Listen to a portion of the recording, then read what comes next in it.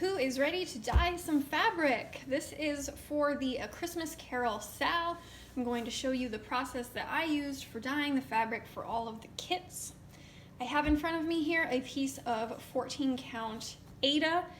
If you are dyeing the Monaco, don't worry about it. I used the exact same process for both the Evenweave Monaco as I did for the Aida. So it's the same tutorial regardless of fabric. This just happens to be a piece of 14 count Aida. An important note about the fabric, I used for both the Monaco and the Aida, I used Charles Craft brand, and the important part of that is that they are 100% cotton. So if you already have your fabric and it contains synthetic fibers, just know that I am not sure what's going to happen with the dye on synthetic fibers. I would imagine it will be fine, but it might change the color just slightly.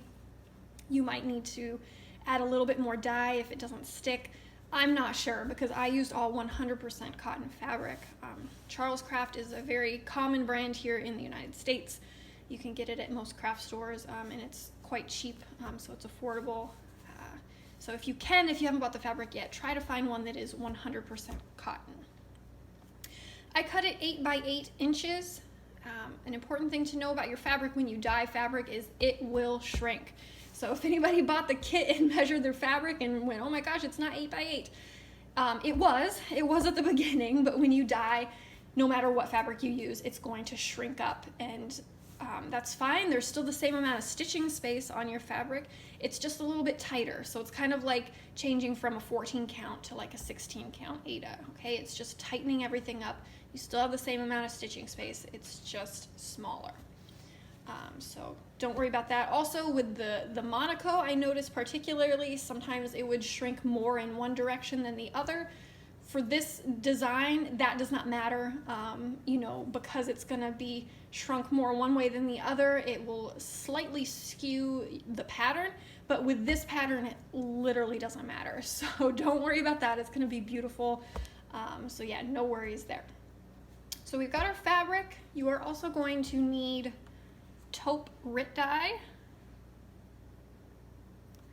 You are going to need a measuring cup. Now I used a Pyrex measuring, glass measuring cup here. And this is the only item, after what I'm going to show you next, this is the only item that it's totally fine to use your kitchen measuring cups, okay? The only thing that's happening with this is we are measuring out our water and heating it in the microwave. So no dye is going in here. You can use this with your food afterwards because we are literally just heating up the water in this. If you don't have a glass one, that's fine. You just need to have some sort of measuring cup. We are going to be using 1 1/3 cups of water. So if you're using like plastic measuring cups, you'll need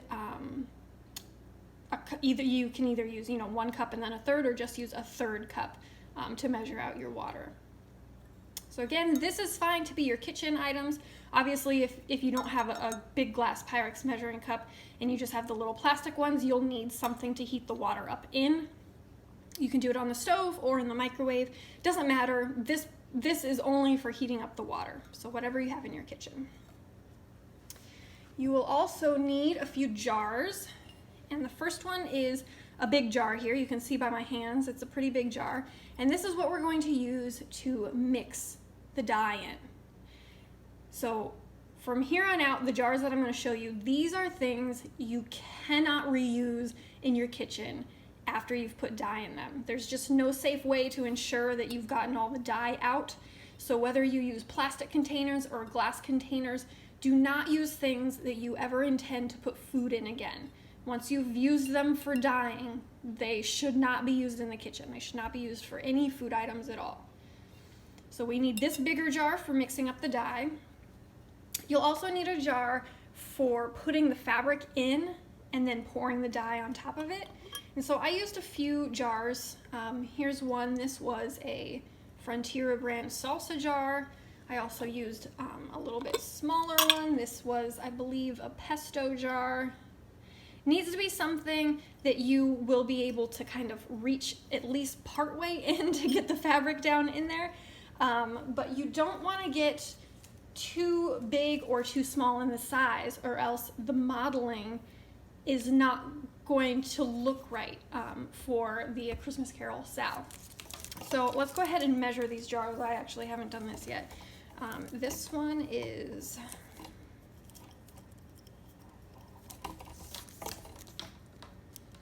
not quite 10 inches. It's closer to about 9.5 inches in circumference. And this other one, these are really close. It's not going to be far off. Oh, this one actually is a bit smaller. This is 9 inches. So I guess the only difference was I did use the smaller jars for the Monaco, because Monaco just tends to be softer. And then I used the bigger jars for the Aida, but I mean, they are so close. I think there was a couple of times where I mixed them up and I did the Monaco and the bigger one. You just want to have a jar that's somewhere between, I would say, 9 and 10 inches in circumference. Anything bigger or smaller, again, the modeling just isn't going to look right, I feel like, for this size piece of fabric. Now, it doesn't have to be glass. I feel like this is going to be the hardest part of this dyeing process, is for everyone to find the correct size dyeing containers. It doesn't have to be glass, it can be plastic. Just something approximately 9 to 10 inches in circumference. If you can find something 9.5, that is perfect. Oh, I just had a little cat fight break out over across the room, if you heard that. I also, I had the lids, once I put the fabric in there, I did put lids on top of them. I didn't twist the lids on. They're not necessary. Cats are one reason why I decided to use lids, but it also helped to just keep the heat from the dye inside the jar. Not necessary if you can only find a plastic, little container to dye in. The lids aren't necessary, but if you have lids, they're definitely handy. You're also going to need a 1/8, I don't know if you'll be able to see that on there. It's very small writing. This is a 1/8 of a teaspoon, very small, 1/8 of a teaspoon. You'll also need a plastic fork, again, that you don't intend. This also, this needs to be something that you do not intend to ever use on food again. This is what we're measuring the dye out with, and you'll need a plastic fork that you can just toss out as well. If you need to find a cheap pair of measuring spoons, I found these at Home Goods here in the States. They were like $2 for an entire pack of measuring spoons, and they happen to have the 1/8. So if you need some, if you plan on doing dyeing in the future, but yeah, you cannot use this again after. So try to find something cheap that you can use for dyeing. You'll also need some gloves for wringing out the fabric after the dyeing process so that your fingers don't get all dyed. And that is it. It is kind of a lot of supplies, but they're all things that, once you learn how to dye fabric, it is quite fun. So you could obviously reuse all these items for dyeing in the future. It's not like they just go to waste afterwards. Okay, let's get started with the actual dyeing process. I'm gonna move all this off. Oh, and I also have a towel under here. This is, again, a kind of a throwaway towel. It was just the one that I didn't really care about. I'm gonna be using that to kind of soak up some of the water after the dyeing process has happened, and just to protect my kitchen counter as well. Okay, so the first thing we are going to do is I'm going to come over here to the sink, and I'm going to wet down my Aida fabric with cool water.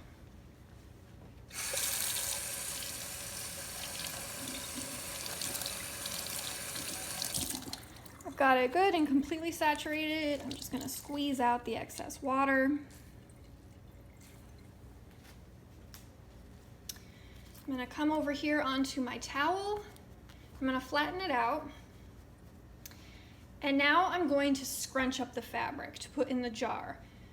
So I'm going to start at the center, and and there's no like precise science to this. You're just bunching up the fabric, trying to keep it as flat as possible. You don't want it to like be bundled up like this. You want to keep it as flat as possible, but we're going to crunch it all together at the center. So I'm going to start at the center, and I'm just going to start kind of pinching the fabric together. You can see. Just taking the fabric, pinching it in, pulling it towards the center.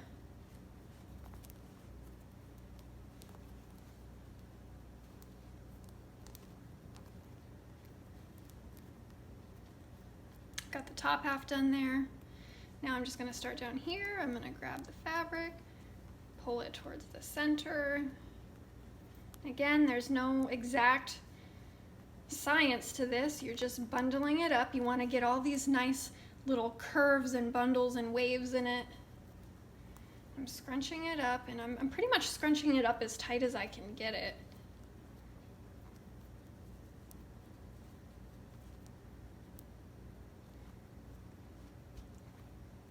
And there we go. I've got it all scrunched up now. See, I let go, it kind of comes apart, but we can just easily scrunch it back together.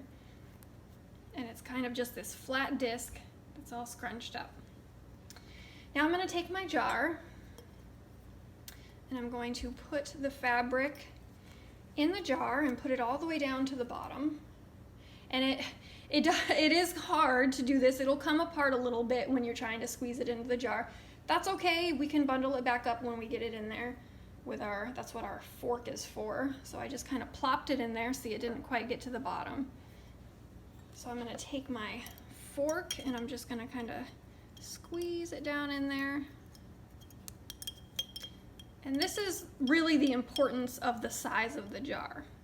If you just absolutely cannot find the sized jar or container that you need, that I recommended, you can cut your fabric a little bit bigger so that it fits. You just want it to be able to fit right in the bottom of this. See, it like perfectly fits in the bottom.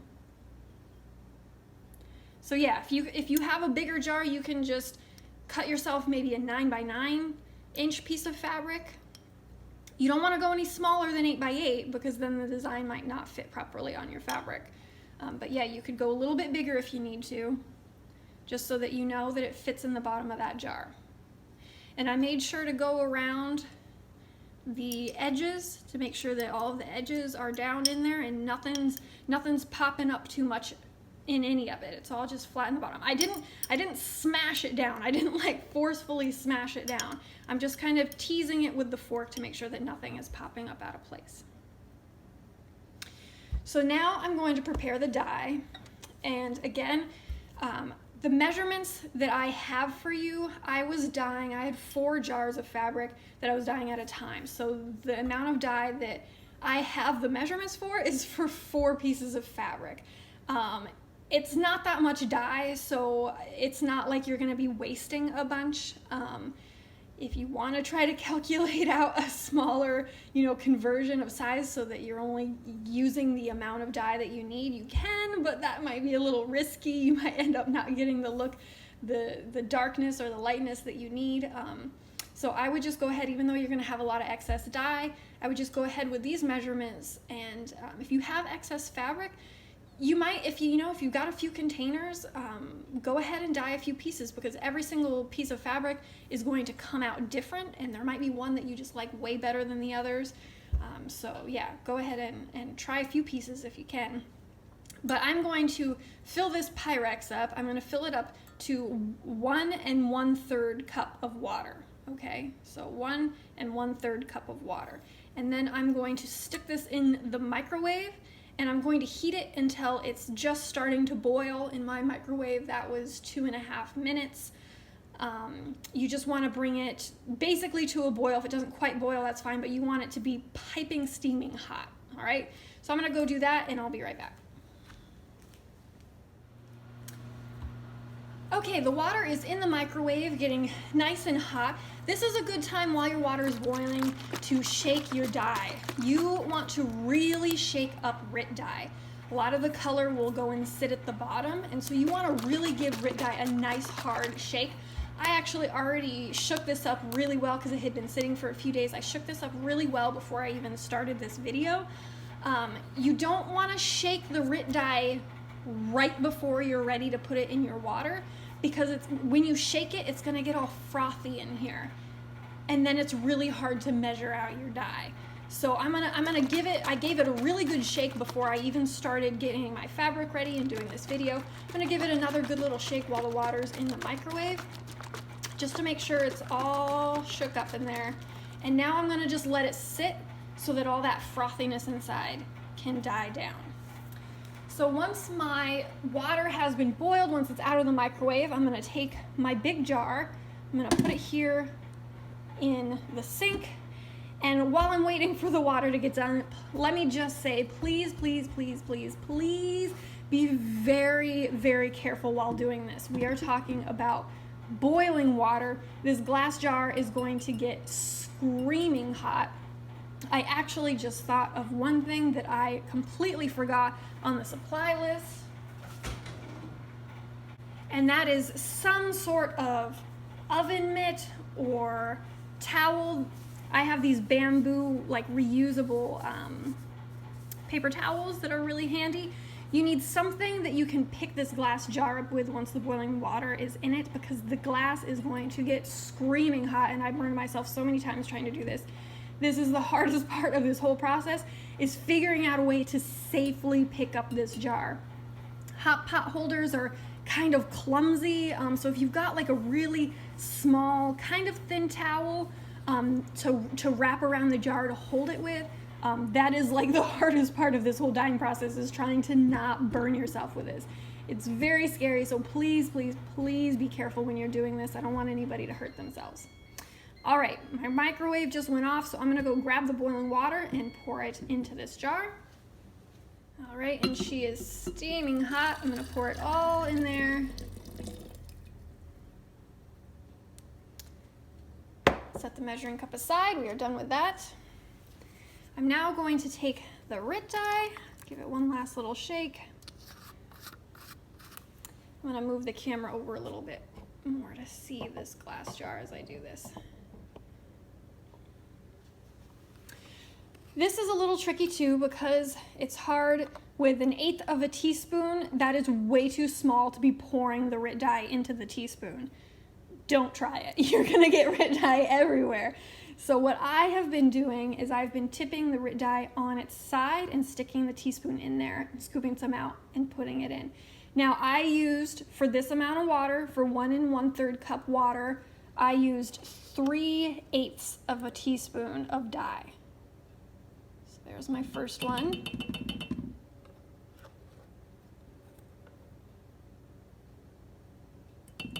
There's my second one. And there's my third one.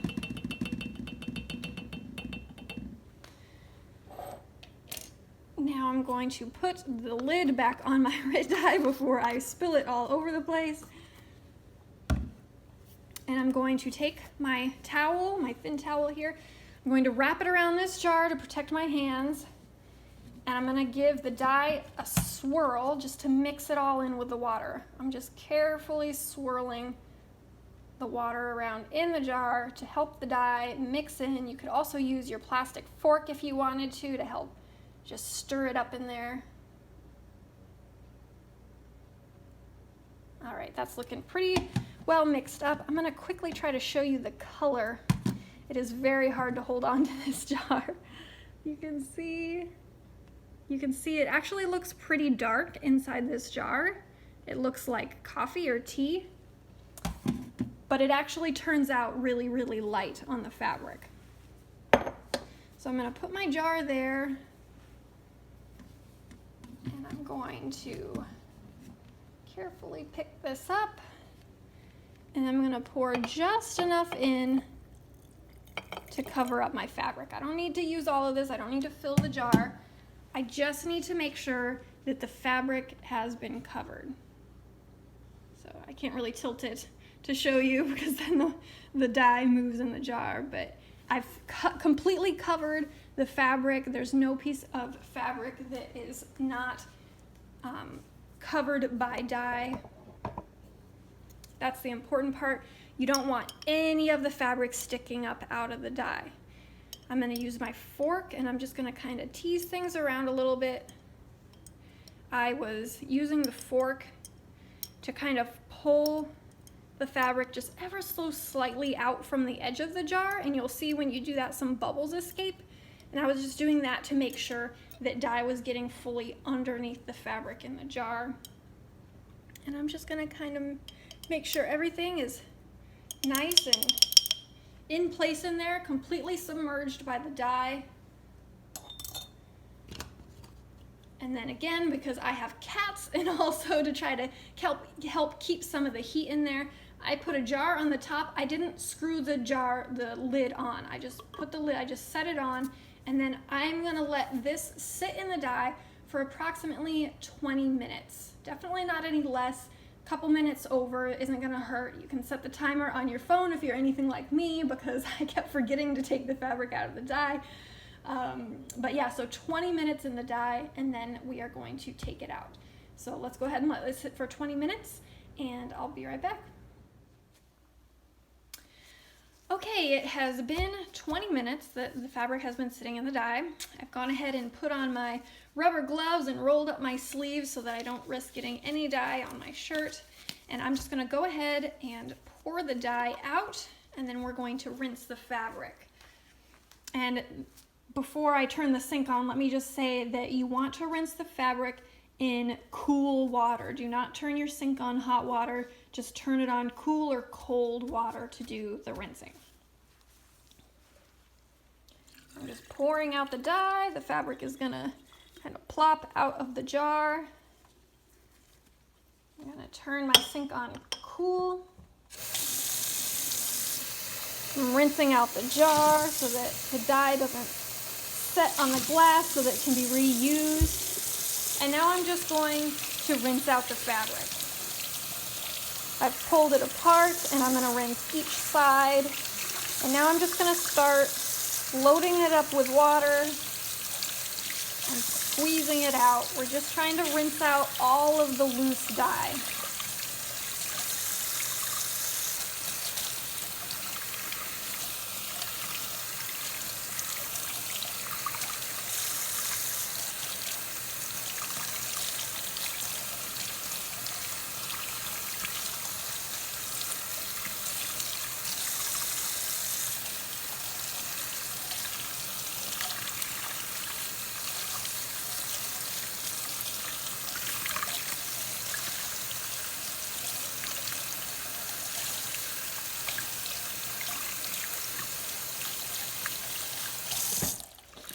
Now, because we use such a small amount of dye in the water, it doesn't take too long to get all the dye out. If you have a really intense dye, like if you're dyeing a piece of fabric red, it's going to take you a lot longer than that to get all of the water to run clean when you're washing it out. But it doesn't take too long with this because we just didn't have that much dye in the fabric to begin with. So now I'm over here. Let me move the camera a little bit. We're over here on our towel, and now I am going to flatten out the fabric, and then as you can see, it's kind of wrinkled, it's kind of skewed. So now I'm going to take the fabric and I'm just going to kind of pull it back into its proper shape. As you can see, there's some nice modeling happening on there. And I'm just going to take every side and give it a nice tug to try to put it back in its proper straight shape. All right, that's looking pretty good, because when you've bunched it up and you've dyed it, sometimes everything gets kind of cockeyed. It gets kind of, you know, like the fibers of the fabric get kind of shifted. So you just want to kind of give it a tug until it looks like the fibers are sitting nice and straight. And then I'm just going to kind of press it into my towel to get some of that water out.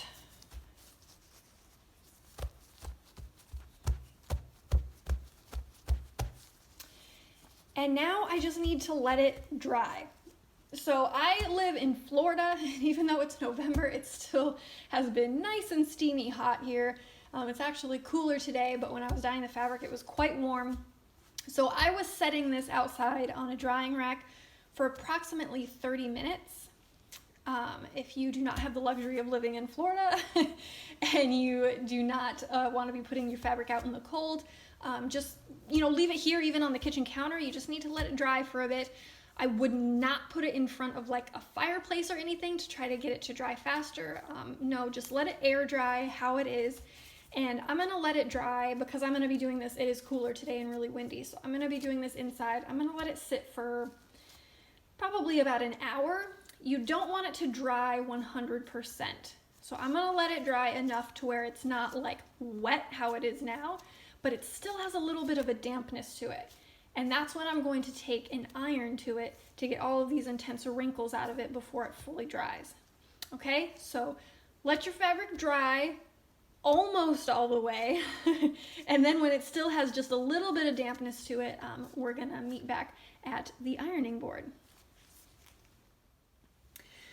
Okay, so the fabric has been drying for a while. I actually got a little bit busy this afternoon, so it ended up drying for about 2 hours or so. It's still a little bit damp, so I'm still going to be able to iron out all these wrinkles.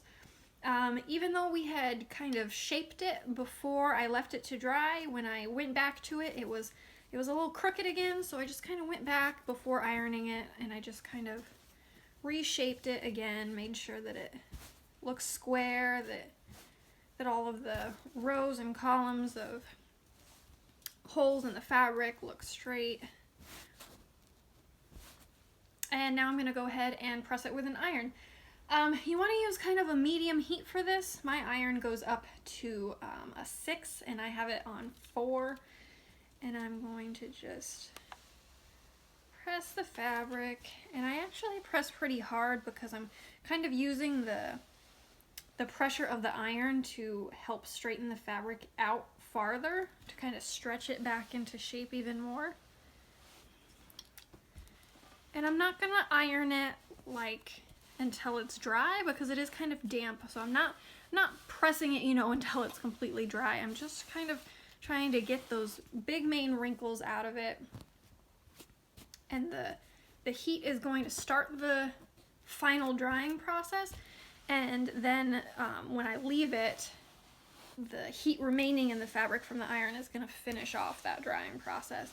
And it should be dry, completely dry, in about another hour, but I probably wouldn't stitch on it until the next day, just to make sure that it's dry. You don't want to trap any moisture, you know, in the floss, and that will take even longer to dry and could get kind of musty. So give it a day after you dye it before you stitch on it. Still just a little bit misshapen while it's hot. You can, even once it's completely dry, even after you've stitched on it, sometimes, even when I don't dye fabric, sometimes fabric just from the store gets a little bit misshapen. And so after I've stitched something, if you can tell, especially something that has like straight lines stitched on it, if you can tell that the line of stitching is kind of crooked, a good time to try to stretch it into shape is when it's hot from the iron. The heat is gonna give it a bit more of a give when you pull on it. And of course we have all these little pieces, you know, strands of fibers that are coming loose. Once it's fully dry and I'm ready to start stitching, I just trim off those little excess edges and then get to stitching. Okay, so it's looking pretty flat. I'm going to leave it now. It'll finish drying, and you can see it's got some really lovely modeling on here.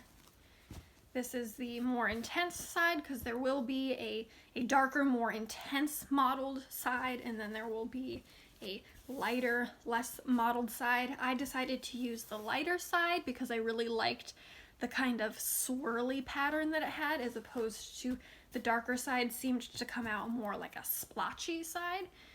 And for this, I really loved that kind of swirliness of the lighter side. So that's what I stitched on.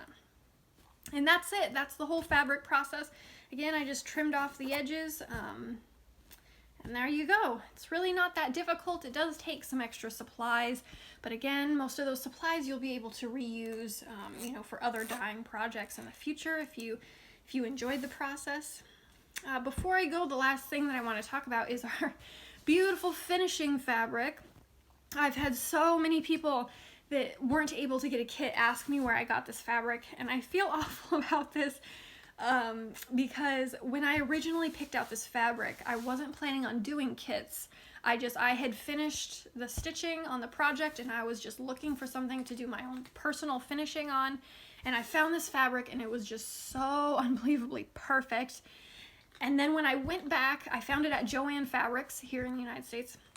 I went back to, when I finally decided to do the kits, I went back to the store to try to get enough to put in the kits.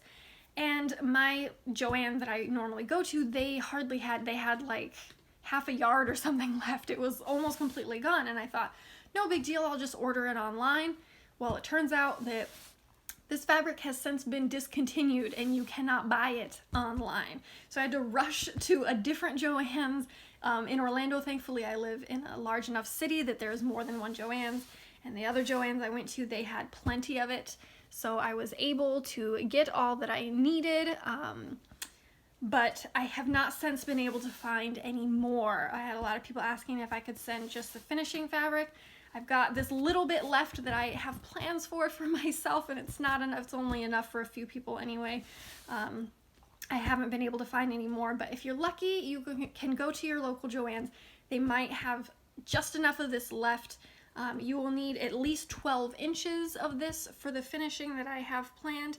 But here's the important thing to know: as beautiful as this fabric is, this fabric is not required for the finishing. You can pick any, I mean, I would wait until the stitching is done if you can't find this fabric, but wait until the stitching is done and then pick out any festive holiday fabric that you would like to use. This is not a requirement. It's a very beautiful option, but there are plenty of other beautiful options out there as well. So don't feel too left out if you couldn't find this exact one. All right, so there we are. Hopefully you're all getting prepared to start our A Christmas Carol SAL. The first piece of the pattern will be dropping on December 5th. So I will be seeing you all real soon.